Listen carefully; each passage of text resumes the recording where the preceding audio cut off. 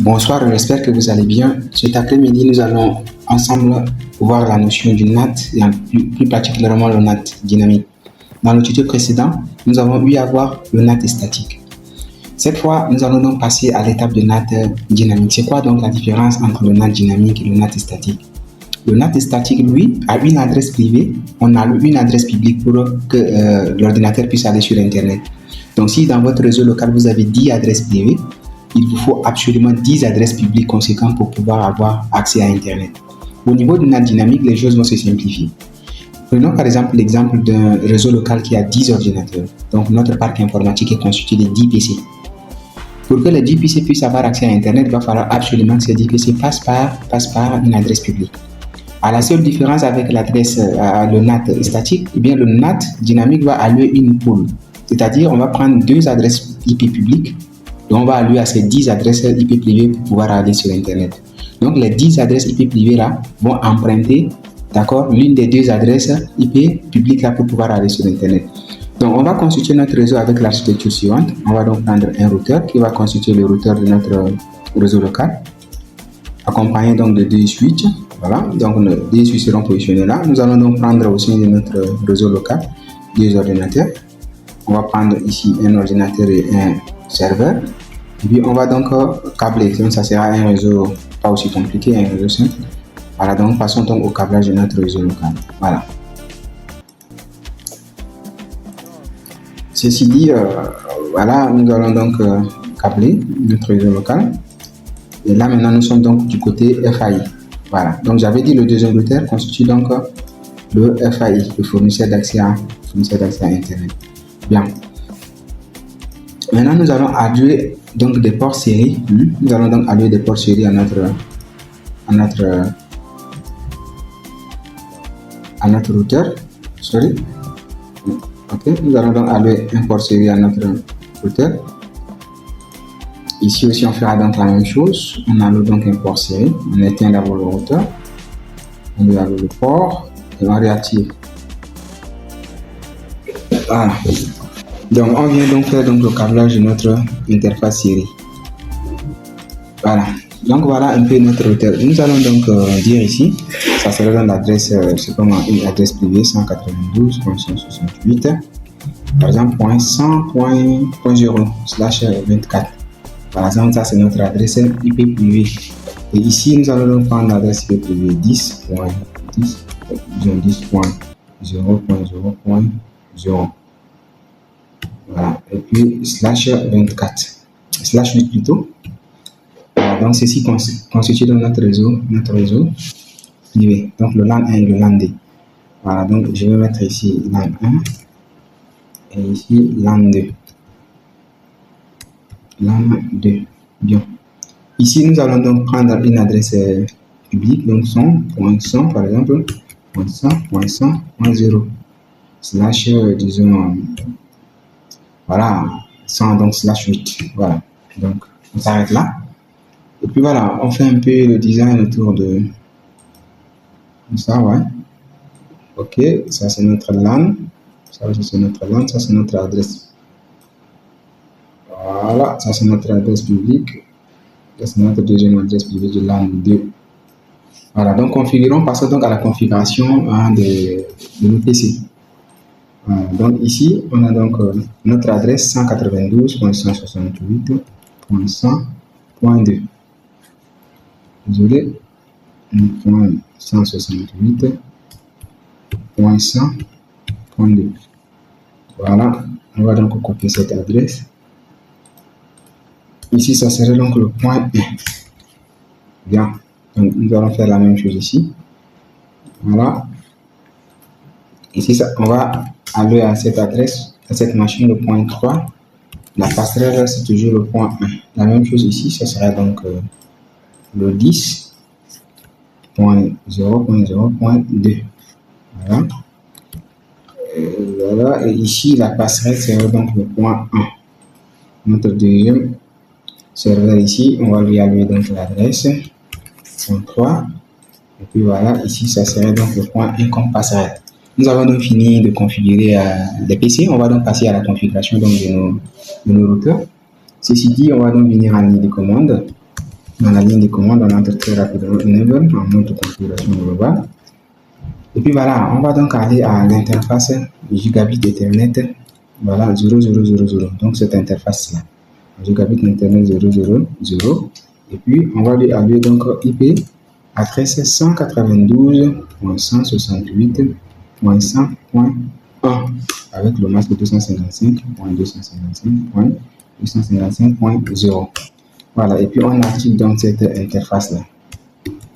Voilà, donc l'interface étant activée, on passe donc à l'interface suivante en sortant donc de l'interface actuelle. Donc interface série 0, 0, 1, 0, 0, 1, 0 comme vous pouvez le voir ici. 0, 1, 0.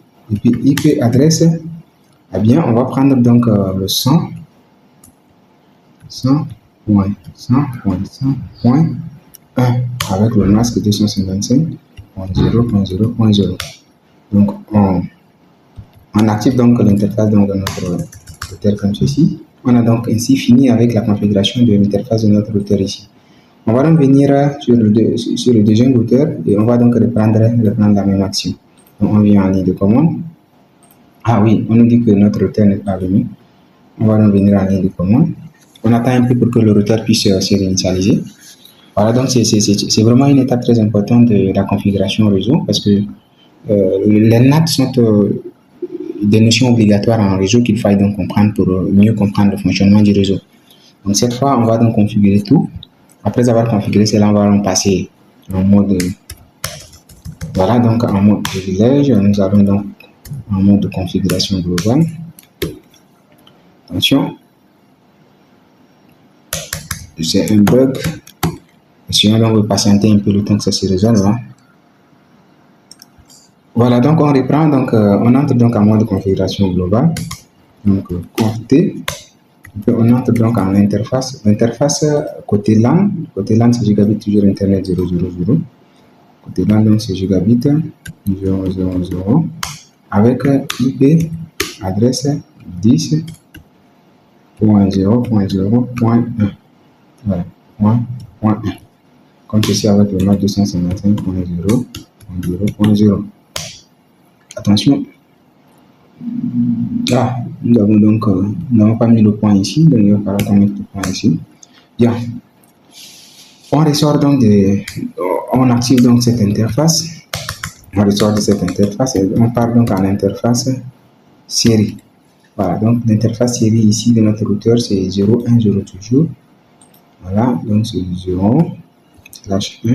Donc IP adresse, on va donc dire c'est le 100.100.100.2 avec le masque 255.0.0.0.0. Et puis on active donc cette interface là. Voilà, donc vous voyez ici les deux routeurs sont configurés, tout notre réseau est déjà configuré, donc tout est nickel. On va donc tester la connectivité entre les réseaux locaux. Voilà, vous voyez ici successful, ça veut dire que c'est bon. Donc entre le LAN 1, les machines communiquent. Entre le LAN 2, les machines communiquent normalement. Mais il sera donc impossible de pouvoir faire communiquer le LAN 1 et le LAN 2. Pourquoi? Parce qu'on n'a pas encore défini les règles de routage. Donc, on va donc définir les règles de routage ici. Ici, qu'est-ce qui manque à ce routeur-là? Quelle route? Ce routeur-là est connecté directement à 192.168.100.0 et est connecté directement à l'adresse publique 100.100.100.100.0. Mais n'est pas connecté à 10. Donc, la route qu'il faille donc ajouter ici, c'est la route 10. Donc, on va donc aller ajouter donc la route 10. On fait donc exit, comme ça. Donc, en tapant donc exit, on va rentrer, d'accord, en mode de configuration pour nous permettre de pouvoir faire ceci. Donc, on ira donc aller en mode IP route. IP, voilà. IP route, la route qu'on va ajouter, c'est quoi? La route IP route 10.10.0 plutôt, .0, 255.255. Je dis quoi? 255.0.0.0. Ça, c'est le masque y afférent. D'accord? Et avec l'interface de sortie, quelle interface? Comme nous sommes sur ce routeur, notre interface de sortie ici, c'est quoi? C'est le S010. Donc, avec l'adresse 100.100.2. Voilà, donc en sortant par 100.100.2. .100.2. On valide. Et puis, c'est bon. Donc, si on fait encore exit et qu'on tape par exemple show IP route, et bien, vous allez constater ici qu'en statique, la route 10 est ajoutée ici. Et nous allons donc revenir ici au routeur 2. La route qui manque au routeur 2, c'est bien évidemment 192. On va donc sortir de ce mode-là. On va donc taper IP route. Voilà, IP route. On va donc ajouter le 192.168.10.100 plutôt, .0 avec l'adresse 255.255.255.0. Et en sortant, quelle est donc l'interface de sortie ici de notre routeur? C'est le L00, donc c'est le 100.100.100.1. Voilà, donc on valide. Et puis on tape exit, on tape encore exit. Sorry. On va donc taper show IP route. Voilà, en tapant donc show IP route, nous sommes tous d'accord que la route 192 est ajoutée via donc cette interface-là. Donc, on a donc fini de configurer donc le routage entre les deux réseaux en temps normal. Hein, tous les PC des LAN peuvent déjà communiquer entre eux. D'accord? Donc, on va donc essayer cela. On va donc prendre ici le PC 0 donc du LAN 1 qui va donc communiquer avec le PC 0 du LAN 2. Patiente un peu pour que le réseau puisse se rafraîchir. Voilà, on essaie encore. Voilà, successful. Donc vous voyez, le LAN 1 arrive déjà à communiquer avec le LAN 2. Voilà, la même chose ici, successful. Bah, ça va passer puisque de toutes les façons, il va falloir que ça se rafraîchisse. Voilà, on ajoute encore le deuxième paquet. Et puis voilà, successful. Vous voyez, donc ici, au niveau du PC 1, communique avec le PC 3. PC 2 communique avec le PC 1. Donc tout est successful ici, en bas. Vous voyez, voilà. Donc, notre réseau est déjà configuré avec ce mode-là. Ce qui reste à faire ici, c'est de pouvoir configurer maintenant les access lists. Pourquoi on doit configurer les access lists? Pour que vous puissiez mieux comprendre la notion qu'on est en train de traiter ici, il va falloir que on crée un access list. On interdit par exemple le PC 0 ici, c'est-à-dire le 192.100.2 là, qu'on l'interdise d'avoir accès à Internet, d'avoir accès à notre FAI ici. D'accord? Et après, on passera donc par le NAT pour pouvoir l'activer.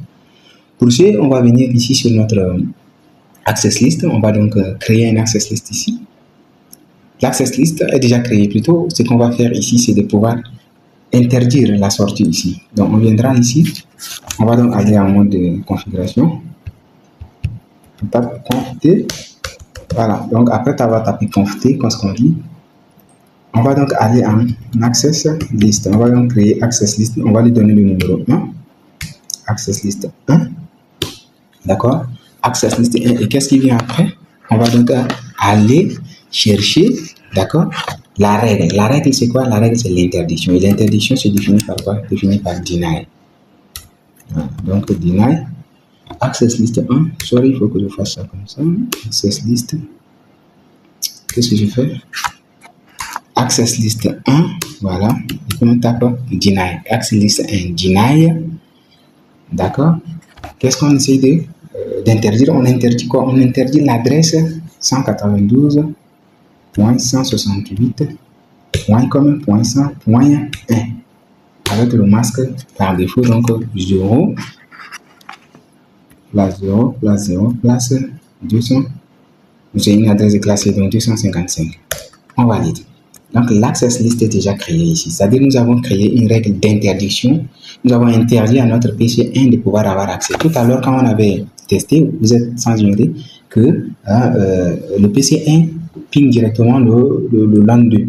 Mais là maintenant, on a interdit au PC 1 de pouvoir avoir accès au LAN 2. On va tester tout à l'heure pour voir. On va faire un ping ici entre les deux. Ça accès au pourquoi? Parce que ça ne s'est pas encore rafraîchi. On va donc attendre un peu pour que ça puisse se rafraîchir. Et on va réessayer. Voilà, donc on envoie le deuxième paquet. On patiente, ça va se rafraîchir. Voilà.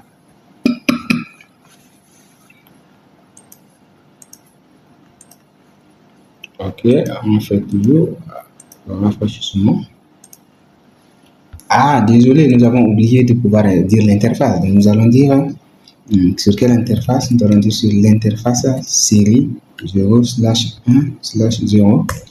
On dit IP access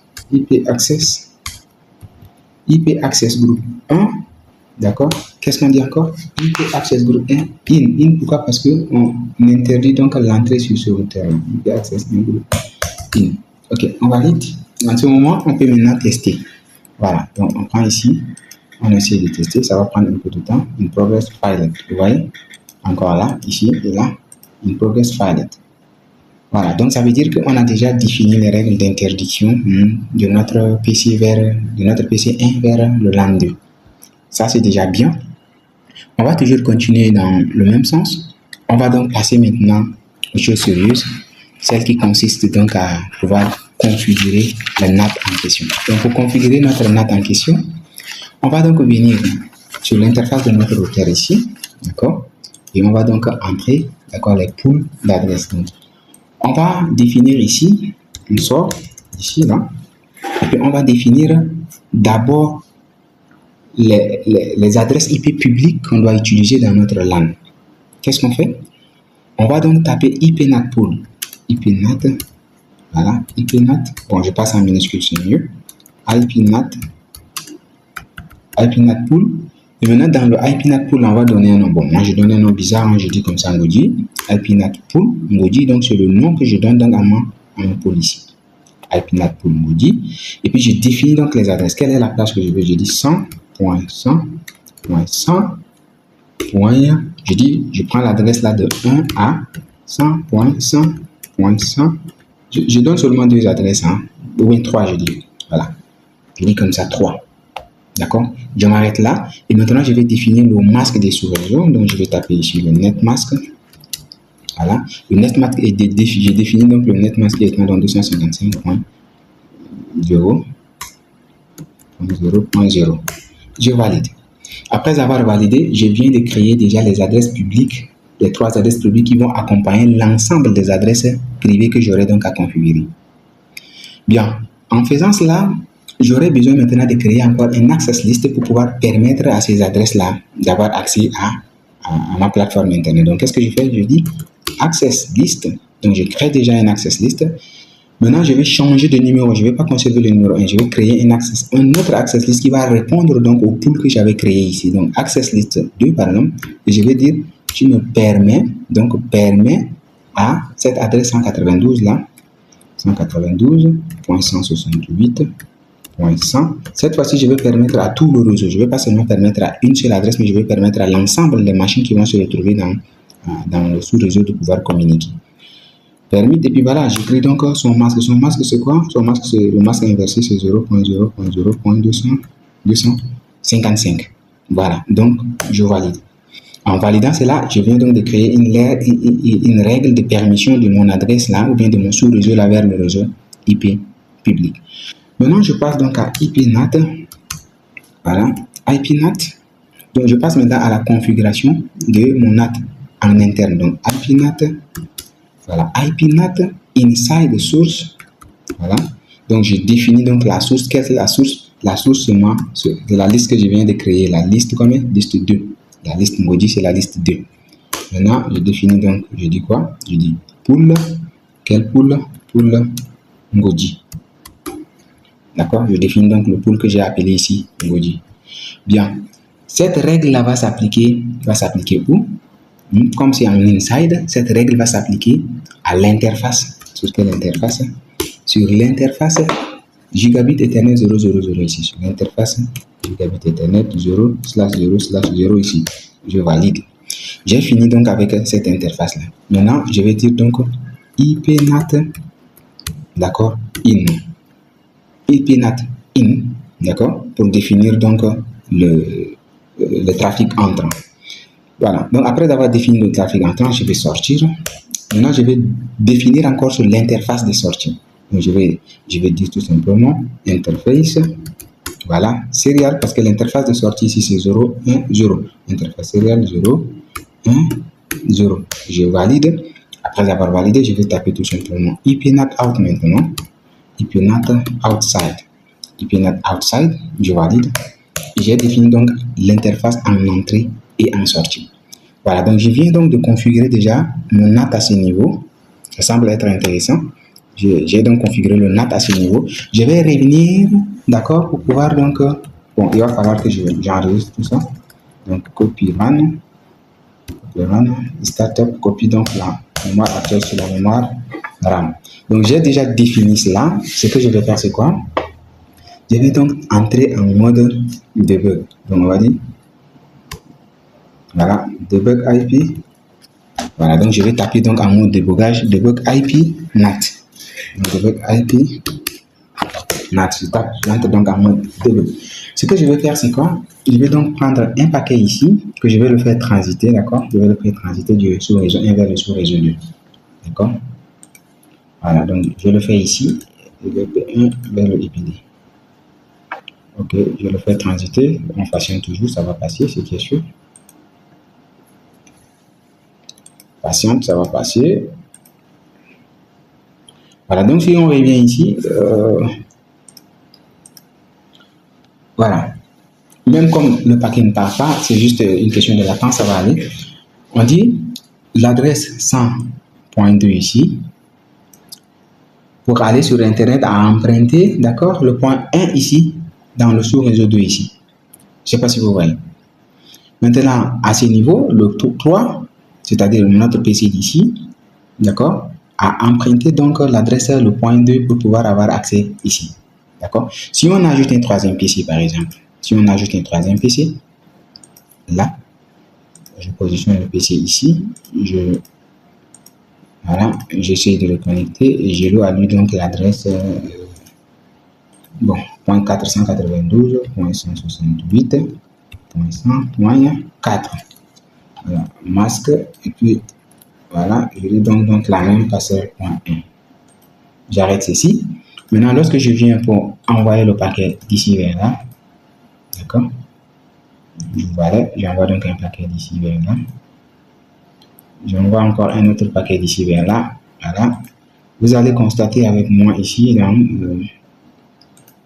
le débogage que, attention, voilà, l'adresse, voilà, je laisse ça comme ça. Ici, tu voyais le ICMP5, ICMP2, point 2, 14. Ok, ça n'a pas encore intégré totalement le réseau. No debug IP NAT. Voilà, donc je valide pour sortir de mode de débogage. Et puis je viens ici taper show IP NAT translation. Show, voilà, IP NAT translation.